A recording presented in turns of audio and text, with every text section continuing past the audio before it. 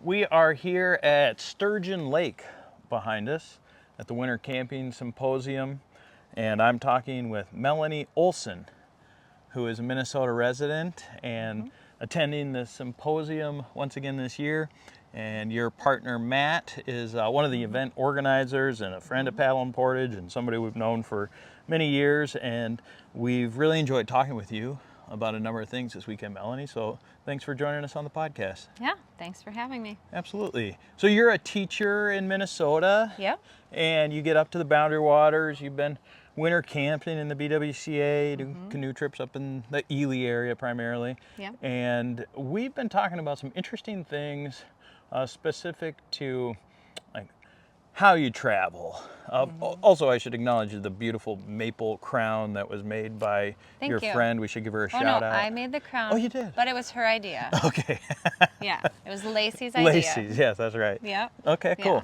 So I bring up the crown in part because we've been talking about like a look that goes with the Boundary Waters, and it's maybe a bit stereotypical to assume that men go into the BWCA, they got kind of this rough look, and they're going to be wearing like some sort of Orvis fishing gear maybe, and that's just like a total like stereotype cliche.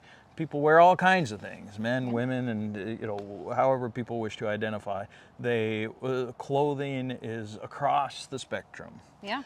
And how people look. There might be an assumption that men might have a beard and they're going to be kind of grizzled, and I'm like I wear glasses and I'm just like I don't often have facial hair. Yeah. So there's just like stereotypes about look that come with BWCA and outdoor travel and so forth. And around the bonfire here at the symposium, you and I dove into that topic a little bit.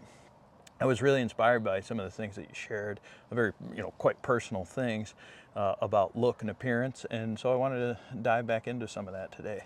Yeah. I think one thing, Melanie, that I found quite sort of inspirational in a way, basically, was that the idea that you wear makeup in the Boundary Waters. When you get up at the campsite in the morning, you like to freshen up and put on makeup as though maybe you're going to work, you're a teacher here in Minnesota, and it's sort of like starting your day as though you're going out into public and carrying on your day. And so why do you wear makeup when you're in the Boundary Waters?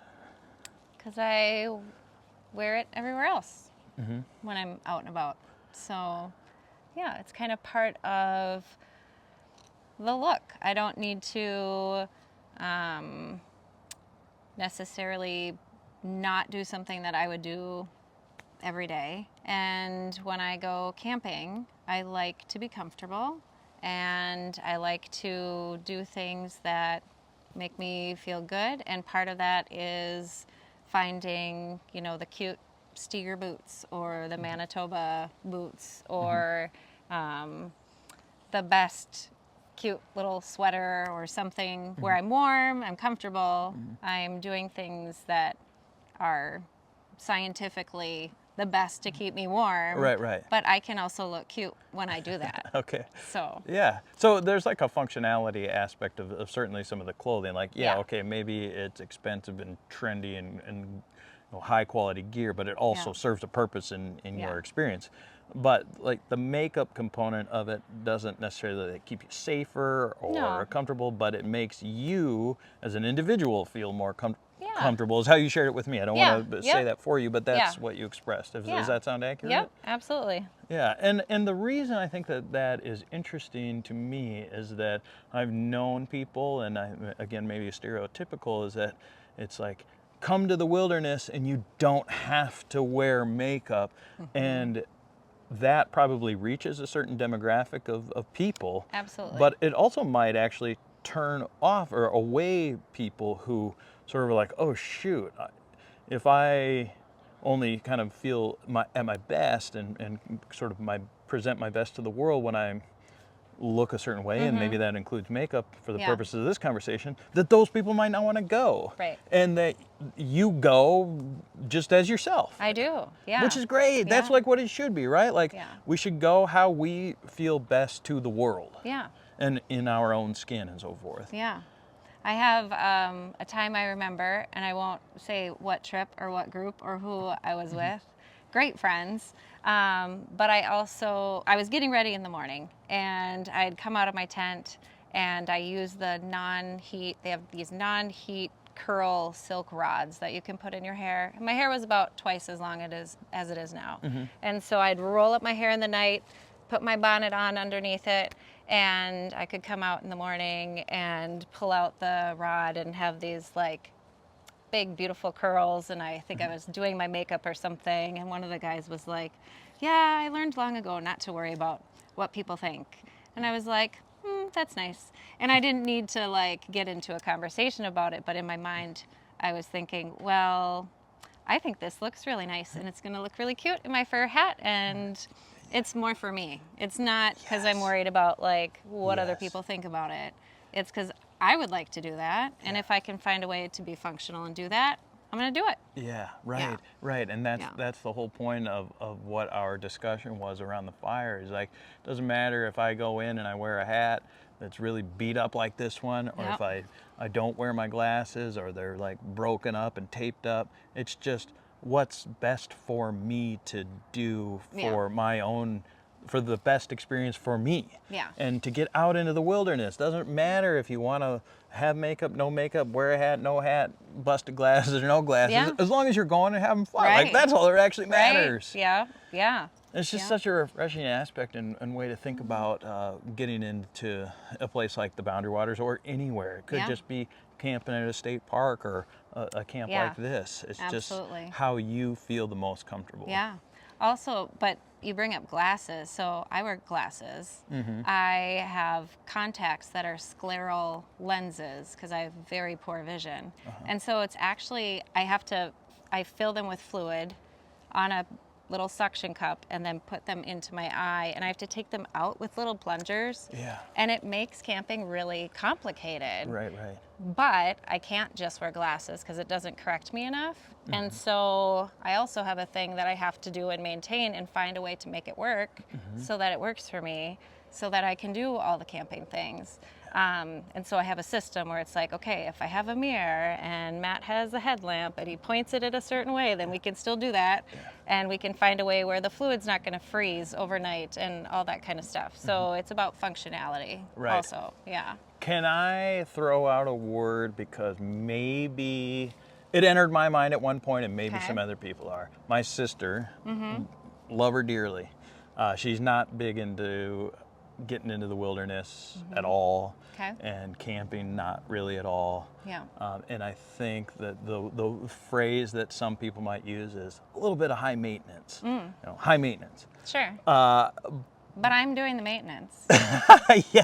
Right. So it's fine. Exactly. Because I'm doing it. It's not on you. I mean, Matt will help me like hold a mirror and so I can take my contacts out, but it's on me. I'm doing it. So nobody needs to maintain anything for me. I'm very independent and always have been. And so I always kind of question that term because who needs to do the maintenance? Because if it's the person, then that's on them. You don't have to worry about that. Right. Yeah. And what do you think that the state of sort of judginess around outdoor recreation, Boundary Water stuff is that? Well, I think first of all, this is my 4th year at the symposium. There's more women here than I have seen in any other year. And one of our nights we had just a women's only event, and it was great to have so many people there.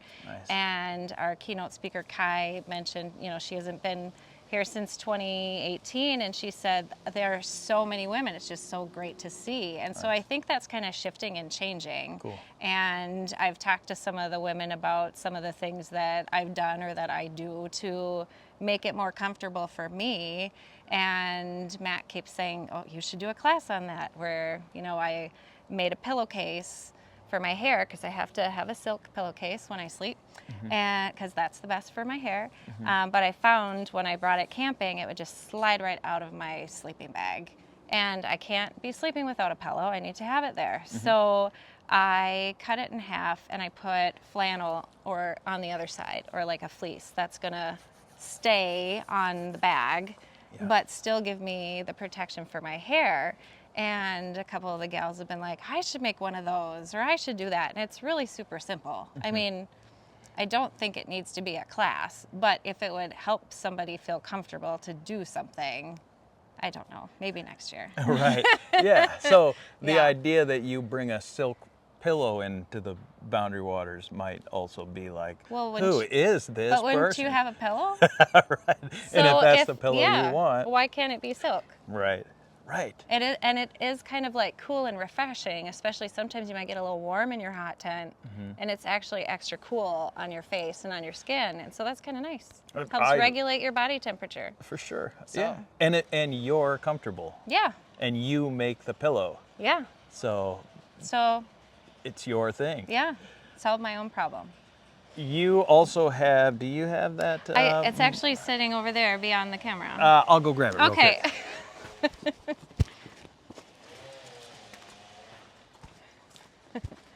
Thank you. We've also got some chainsaw Thank going you. on. Oh, but, sure. We'll should Yeah, be okay with this. I'm So not here's sure our, how here- with my crown. I might need to remove my crown for a moment. Yeah, because this is kind of how our conversation started, I think. Yeah, so this is our Yeah. sort of prop, if we will, Sure. the catalyst of this entire Yeah. podcast discussion today. Yeah. Was you were hanging out around the fire, Yeah.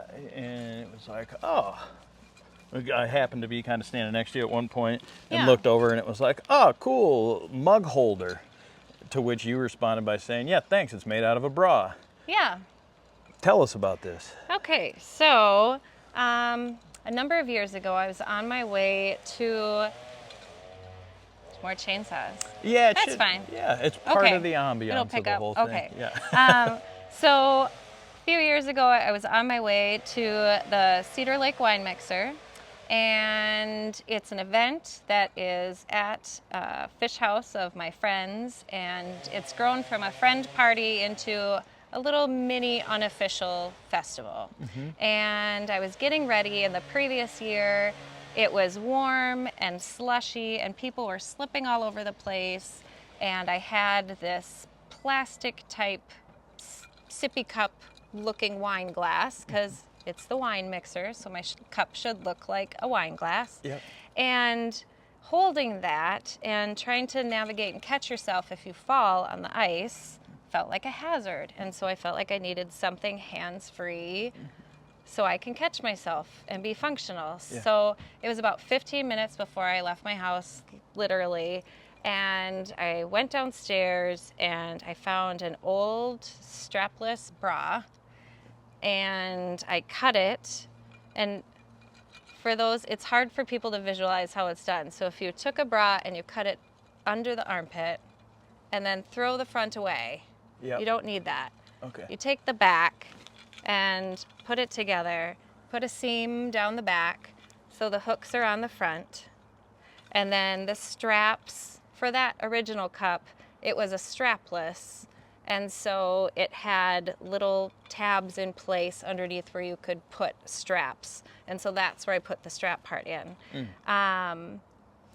This one, actually, I forgot my handy dandy holder at home this time. Okay. And so I texted a friend and I said, Lacey, again. Lacey, Yeah. yes. And I said, Lacey, do you have any bras that you are willing to give me?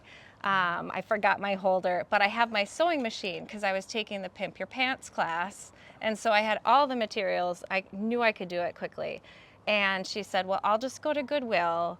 And I said, perfect. The best thing would be something with 4 hooks or more, so it's sturdy. I'm like, doesn't need to be anything fancy at all. And she went out, she bought me a $4 maternity nursing bra, and I was able to whip up a new cup holder. Yes. So I was very happy. Right. So is this like you got the patent, or this is like your No, brainchild? unfortunately, every time I speak to someone about this cup holder, because it does, once people see, you know, it doesn't really look anything like a bra, but when they Right. see the hooks, they're like, is that? And I'm like, yes, it is. And every time I have the conversation, it ends with, you should really patent this. You should put it out there. You should be selling these. And I'm like, yep, I have just enough time in my life to be crafty for me. Teacher, parent, Teacher, parent, outdoor yep, adventurer. yep. I'm on the board of directors for Minnesota Educators of Gifted and Talented. Like, Right. I have some You're- side hustles. I'm busy. I'm a little right. busy. Yeah. Yep. And so I am not at a point in my life where I can start mass producing bra cup holders. I think about it, but yeah, have not. Okay. No, there's no patent. So hopefully if somebody gets this wonderful idea or would like to invest, I'm happy to have a conversation.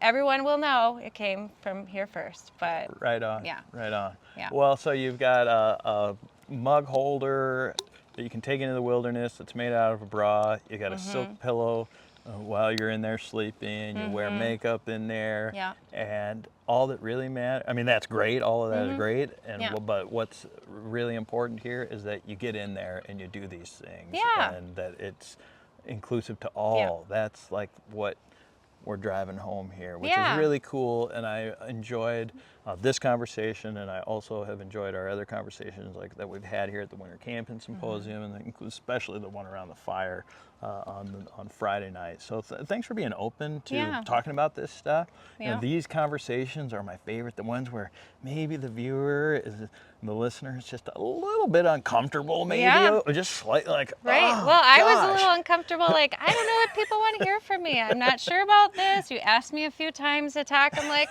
are you sure? Maybe you should think about that. Like, I don't know. And then I thought, what the heck, if it gets somebody else out there or gets someone else who sees me and thinks, oh, I could go, I could do that. Yeah, then come join us here and it'd be great. And you know, if I start planning now I feel like I've said it out loud that maybe I'll do something, then maybe I'll do something next year, and people can make things for themselves and find ways to be comfortable and make it work for them. Right on. Yeah. Well, thank you, Melanie, for your time in this conversation, and thanks for listening and watching. Yeah, thanks.